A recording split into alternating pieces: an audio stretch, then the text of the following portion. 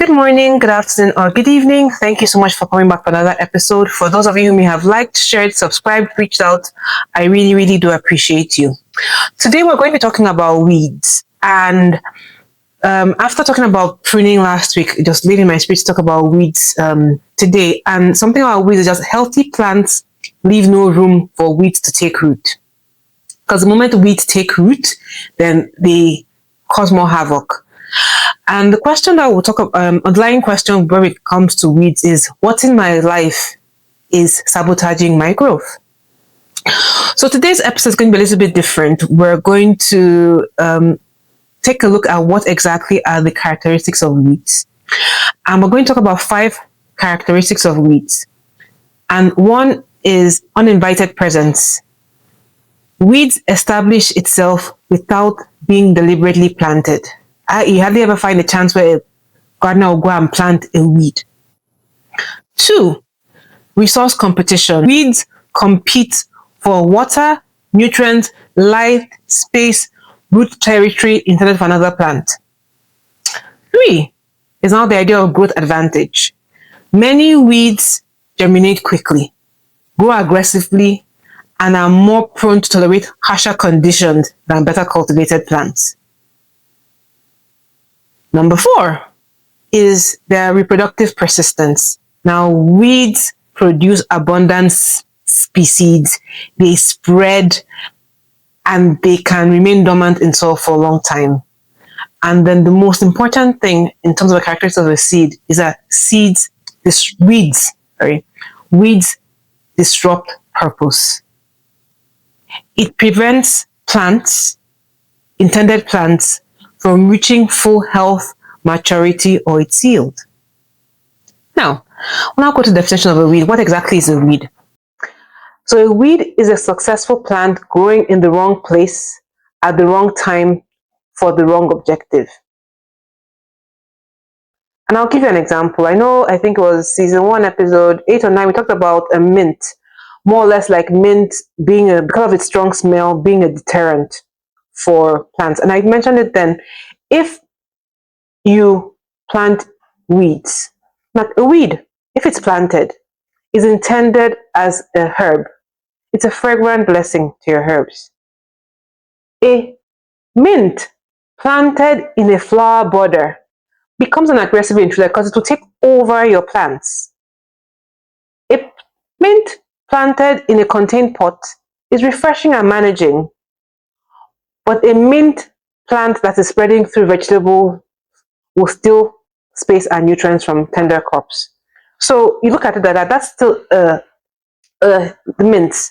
Mints can be a very good fragrance, it can be a herb, it can be a plant deterrent, but at the same time, if it's not intended for its space in which it is put in, then it will grow.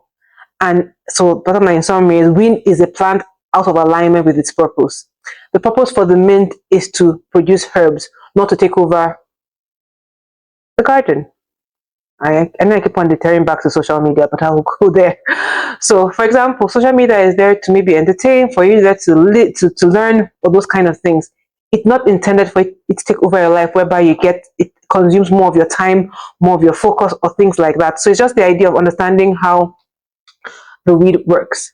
So, our anchor scripture is taken from Matthew 13, verse 7, which says, "Other seeds fell among thorn bushes, which grew up and choked the plant." So it grew amongst things and ended up choking it and taking over. And like when you plant a garden, you expect growth. You prepare the soil, you position the plant well, and provide the right light and companion.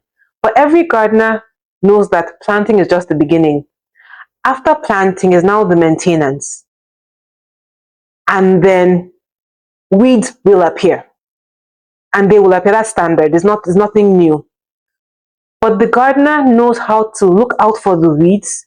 And as soon as the weeds come up, they uproot it. They don't cut it. They uproot it from the source. Because if the weeds are ignored, they will compete with intentionally planted your intentionally planted seeds or your intentionally planted plants, And then before you know it, they take over. And that's just the same way distractions and unhealthy habits quietly grow in our lives. And then before you know it, they tend to take over. So a healthy garden depends not only on what we plant, but also what we consistently remove. So I'm going to give a practical example here. And for those of us in Northern America, Calgary and its environments, we know the dandelions, the yellows, wonderful yellow plants, and they can be beautiful, but they're equally a nuisance. So I'm going to go from the seeds, dandelion, from three perspectives.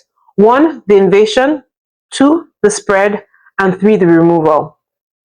So in terms of the invasion, dandelion's journey begins as a very light seed. It is carried by the wind. It is carried, any little thing carries it away. And wherever it lands unnoticed, either in the open or undisturbed soil. It doesn't even require the ideal conditions for it to sprout. It just takes advantage of any available space it finds. At its early stages, it blends into the growth. You may not even notice that a dandelion is there. If the space is small enough, you don't even see it until later on. And while you're not seeing it, what is doing it is just codedly digging its roots deep in. And that's the invasion. So the principle to learn from the invasion is what is ignored early becomes difficult to handle later. When you find something that is not meant to be, uproot it from the roots. Second is the spread. As the dandelion matures, it develops a deep root, and that root sucks all the nutrients from water and the surrounding plants. So it goes deep and then spreads to anything around it, and then it just sucks it. And then once it spreads and grows, it then produces seeds. I know how dandelion is, that round thing. There are so many seeds in one dandelion. So imagine, we talked about impact earlier on. Imagine that each of those seeds finds space and actually grows. Before you know it, it's gone. It's all spread around. So the damage you see is actually gradual. It's not dramatic. It's after the end, you just look back and go, my goodness, everywhere is all yellow. But it started little by little and little and wasn't attended to in good time. So the principle here just simply says that unchecked growth still strength from intentional growth. And it doesn't happen, like you won't even realize, if you don't pay attention, you don't realize how quickly it spreads. And the third one is the removal. And I think I've said it many, many times already. When you're dealing with a dandelion, you don't cut it, because cutting it is just like, for surface, is a band-aid, is a surface help. You need to uproot it from the very, very deep. Sometimes you even have to loosen the grounds around it so you can actually get the root and get the root from there, and then you pull it out. Even when you pull it out, you don't leave the root hole there like that. You cover it with what you want. You either cover it with mulch, you cover it with other things so that it doesn't come back. And that's really the principle here, is lasting change comes from addressing the root cause, not only the symptoms. So the symptom is the top, you cut it, but the root cause, which is one that is tapping all the resources, is deep down. You have to clear it to be able to uproot it out. And that's the same way you go with weeds and distraction or negative habits or things that are not allowing you to fulfill your full life to your full potential. You uproot them, don't cut them, uproot. Now, as I mentioned, in terms of the flip side of dandelions, for example, while some people see dandelions as a weed, others see it as a magic plant, because every part of a dandelion can be used and has benefits, health benefits. First of all, from the colors, because they come out early, dandelions are one of because they come out early and they're also yellow, they provide nectar for bees and pollen, so like the bees survive and they can actually go and do other things. In terms of the roots, once the root goes deep and spreads, because as it's going and spreading, it is making the the ground a little bit softer. So when if you come at the right time, you're able to dig and you have things there. Also, the plants have health benefits as well. They're medicinal roots. So the truth is, what some people may consider as a weed is somebody else's treasure. It's all about balance and what the intent is. So the principle here is just simply that value is determined not by appearance, but by purpose and placement. Because ask anybody that actually, I know somebody that grows dandelions because she sips it as tea and drinks it. And when I asked her, I was like, dandelions for real? She was like, yes. What she does is she plants dandelion in a pot, so it's contained. She doesn't leave it to just run free on the soil. That way, even if you have something that is bringing you benefits that could expand and be no longer beneficial, have parameters, contain it, have guidelines that will actually work on that. So, in terms of our reflection, and I think I've said it, I'm just going to repeat it again. Weeds grow without intention. They require no invitation, no planning, and no care. They don't look dangerous. At first, some are small and attractive, but beneath the surface, their roots spread very, very quickly, drawing nutrients, water, and space away from plants meant to flourish. They simply take advantage of available space. So guard your spaces. Know what it is you're going to let to come in. And also, something quite important, a plant does not negotiate with weeds. It either grows strong or suffers loss through neglect. And our spiritual lives and our lives and basically follow the same principle. The idea here is discipline. It may sometimes feel uncomfortable, but it protects our fruitfulness. That's really what it is. So it's about paying attention to what is coming up. Pay attention, be attentive, and once it comes up, uproot it. So we're going to talk about 5 steps to weed effectively. And step 1 is more of examining the soil of your heart. Begin each day with intentional reflection and prayer, asking God to reveal hidden distractions, unresolved attitudes, or subtle sins. Like a gardener will kneel down to inspect the soil closely, checking for compaction, moisture, or unseen pests, to observe the inner landscape of what's happening. That way, observe the inner landscape of your heart and know your outward behavior. Just identify things that may be competing with God's time, things that may be competing with you being happy, things that may be competing with you living to your heart's intent, what you intended, and take awareness of that. Now, once you examine the soil and you find out one of those weeds, identify the root cause of what is coming, not just the leaves. Now, surface behavior is really the full issue. Often what you see is only the tip of a deeper problem. You need to search deep and find out what is the root cause. I know I think project management is not of root cause analysis. It's not about this happens, but why did it happen? Ask why 5 times backwards and realize what it is. So that's really how it is. You have to identify the root cause, not just the leaves. When you identify the root cause, step 3 now, don't delay in removing it. You know, when you think about gardening, early removal of weeds protects the surrounding plants from competition. Same thing, swift obedience and repentance protects your heart and your growth and guards your focus. When you hesitate on something, you now start negotiating, but do I really need to do this? Or do I really need to remove this from my life? You start negotiating, and that's really where things start getting compromised. So the idea is remove promptly and decisively. Know what it is that is the root cause. Know how you're going to remove it and take steps towards that. Step 4 is now strengthen what you want to grow. When you remove the not so good, what are you replacing it with? That's the question. So that's really the question. So when you remove the negative or not so good, replace it with the positive or better. That's really it. And step 5 just says maintain consistent watchfulness. Like a gardener always goes in and looks around. Be attentive. Pay attention to your environment. Pay attention to your heart.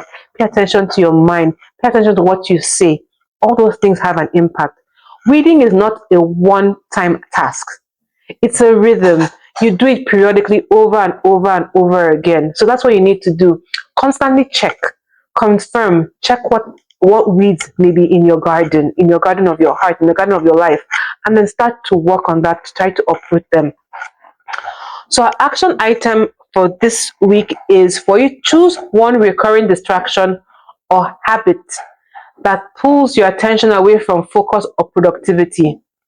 This week, when it arises, pause and replace it with a deliberate action. It could be with a short prayer, a Bible verse, or activity.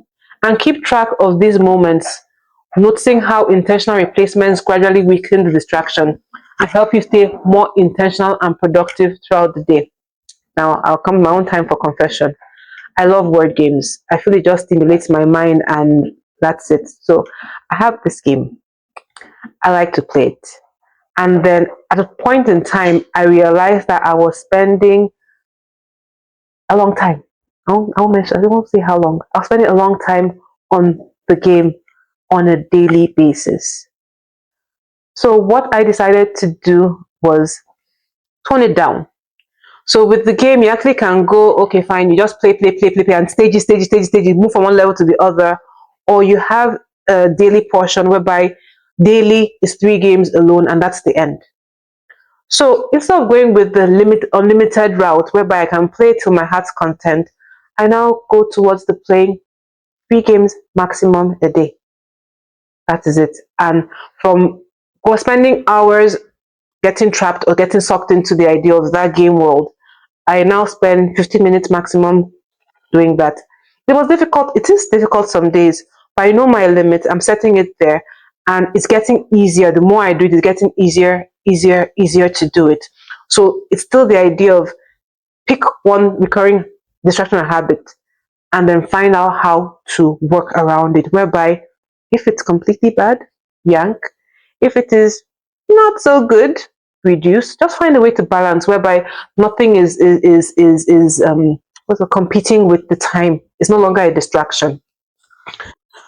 And a reminder is taken from Proverbs 4:23, which says, "Above else, guard your heart, for everything you do flows from it." And I mentioned the idea of the heart. The heart is very, very important. Because whatever you live in and you're allowed to take roots in your heart will determine how you behave, everything around you. And a little words of encouragement for this week is just the idea of just because you have weeds in your life or weeds appeared does not mean you're failing. Every living garden experiences them. There will be weeds. It's just part of life. For those of you that garden, every season you garden, you're dealing with weeds. Almost like it depends. You uproot, they come back. You uproot, they come back. That's just the way it is. But what matters is your willingness to tend what God has entrusted to you by staying attentive and proactive. You can choose purpose over drift and direction over overwhelm. Regularly checking in, adjusting priorities, and addressing issues early helps transform what seemed crowded and chaotic into something healthy, productive, and flourishing. C'est fini. That's all for this episode, and thank you so much for watching. I really do appreciate you. If you would like additional resources, please feel to reach out. If not, don't forget to like, share, and subscribe. Until next week, take care. Bye-bye.